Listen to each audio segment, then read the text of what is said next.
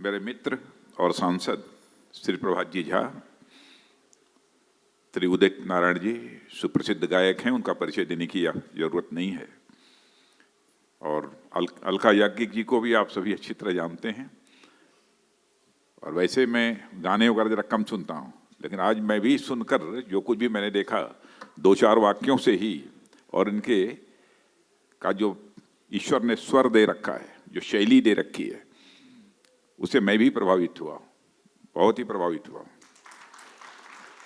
और हमारे प्रदीप झा जी और आशा, यू कंडक्टेड वेरी वेल, बहुत अच्छी तरह कंडक्ट किया। और यहाँ मौजूद मेरे सभी सम्मानित बहनों एवं भाइयों, सबसे पहले तो जिन लोगों को सम्मानित किया गया है अटल मिथिला सम्मान से, सबको मैं अपनी तरफ से हार्दिक बधाई देता हूँ। और इस कार्यक्रम में आमंत्रित करने के लिए जब हमारे प्रभात जी मुझसे मिले, तो जैसा उन्होंने बतलाया, यह सच है कि अटल जी का नाम देखते ही सहज रूप से मैंने अपनी स्वीकृति दे दी कि मैं निश्चित रूप से कार्यक्रम में भाग लेने के लिए आऊंगा। अटल जी के व्यक्तित्व के संबंध में ज्यादा परिचय देने की आवश्यकता नहीं है, आप सभी अच्छी तरह परिचित हैं। और जब मैं आपके कार्यक्रम में आया हूं तो मुझे याद आता है कि अटल जी ने एक बार कहा था कि मैं केवल अटल जी नहीं हूं बल्कि अटल बिहारी हूं मैं।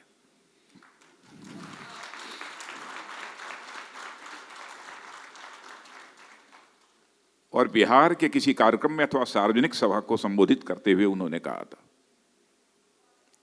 मेरे नाम में बिहारी लगा है, कोई भी बिहार वाला मुझे बाहर का नहीं कह सकता है।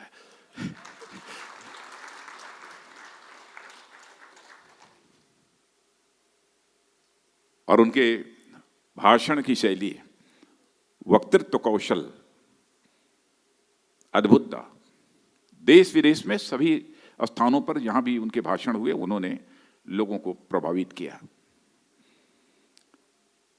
और लोग जननेता ही कहते हैं, बात सही है, लोगों के दिलों पर राज किया है राजनीतिक क्षेत्र में काम करते हुए श्रद्धेय अटल बिहारी वाजपेयी जी ने। और बहुत सारे राजनेताओं को भारत की राजनीति में काम करते हुए आपने देखा होगा, लेकिन अटल जी का जहां तक प्रश्न है, युवावस्था में ही, जैसा हमारे प्रभात जी ने बतलाया कि पंडित जवाहरलाल नेहरू ने कहा था कि भविष्य का भारत का प्रधानमंत्री है।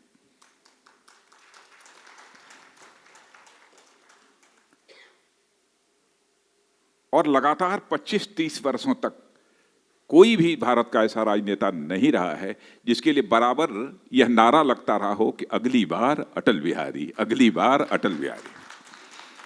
वो अकेले ऐसे नेता थे कि 25-30 वर्षों से लगातार इस देश की जनता उन्हें अपने प्रधानमंत्री के रूप में देखने के लिए आकुल थी। एक ऐसा अद्भुत व्यक्तित्व था। और मिथिला सम्मान का यह कार्यक्रम आप लोगों ने आयोजित किया अटल जी के नाम से जोड़कर, यह भी आप लोगों ने बहुत ही बुद्धिमत्ता का परिचय दिया है।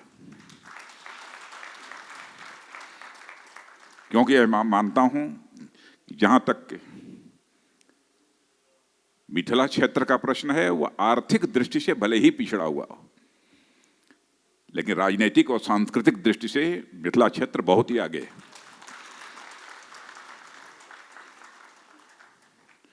और मुझसे यदि कोई पूछे तो मुझे यह कहने में कोई आपत्ति नहीं है, बिहार की यदि सांस्कृतिक राजधानी किसी क्षेत्र को कहा जाएगा तो मिथिला क्षेत्र को ही कहा जाएगा।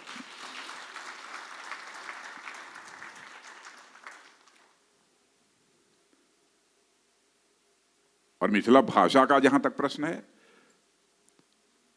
उसमें जितनी सहजता, मृदुता और मधुरता जैसी रहती है, अब उसका तो कोई जवाब ही नहीं है। कभी कभी तो मैंने देखा है कि मिथिला भाषा जिनके समझ में नहीं आती है, उनको भी उसकी मिठास और उसकी मधुरता का एहसास होता है।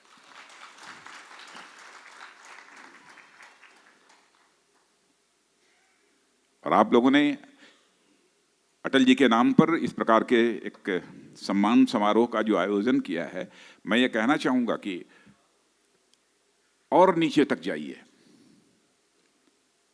और सघन और पैनी तलाश इस बात की होनी चाहिए कि मिथिला क्षेत्र की कौन सी ऐसी हस्तियां हैं, भारत में ही नहीं बल्कि विश्व में, अपने अपने स्तर पर अपनी योग्यता और प्रतिभा के अनुसार उन्होंने योगदान किया है।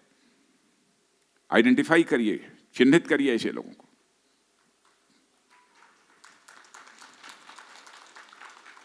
ऐसे कुछ छिपे हुए लोग होते हैं जो बराबर अपनी योग्यता क्षमता के आधार पर समाज को कंट्रीब्यूट करते रहते हैं, योगदान देते रहते हैं। उन्हें चिन्हित किया जाना चाहिए। ऐसे गुमनाम लोगों को तलाशिए। यह मेरा एक आप लोगों को सुझाव है।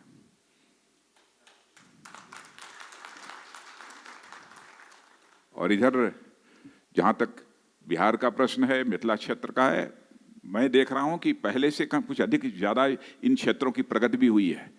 काफी तेजी से ये क्षेत्र अब आगे बढ़ रहे हैं। और इसी तरीके से इस प्रकार के कार्यक्रमों से जो प्रोत्साहन मिलता है लोगों को, तो दूसरे लोग इससे बहुत प्रभावित होते हैं, वो प्रोत्साहित होते हैं। केवल जिनको पुरस्कार प्राप्त होता है उन्हें ही प्रोत्साहन नहीं मिलता है, बल्कि जो लोग इस प्रकार के पुरस्कारों से परिचित होते हैं, तो आज जिन्हें जानकारी प्राप्त होती है, उन्हें भी प्रोत्साहन इससे प्राप्त होता है। अब जैसे मैं गुमनाम लोगों की जो मैं चर्चा कर रहा था, जब मैं गृह मंत्री था, तो उसी समय पहले लोगों की सिफारिश होती थी कि इनको पद्मश्री मिलना चाहिए, इनको पद्म भूषण मिलना चाहिए, यह होना चाहिए, वो होना चाहिए।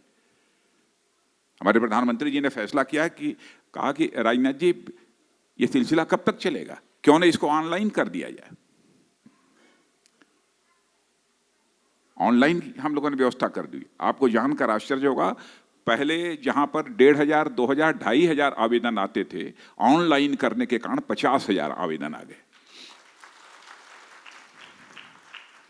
50,000 आवेदन आ गए। और ऐसे ऐसे लोगों को पद्मश्री और पद्म भूषण मिला है। उदित नारायण जी जानते होंगे,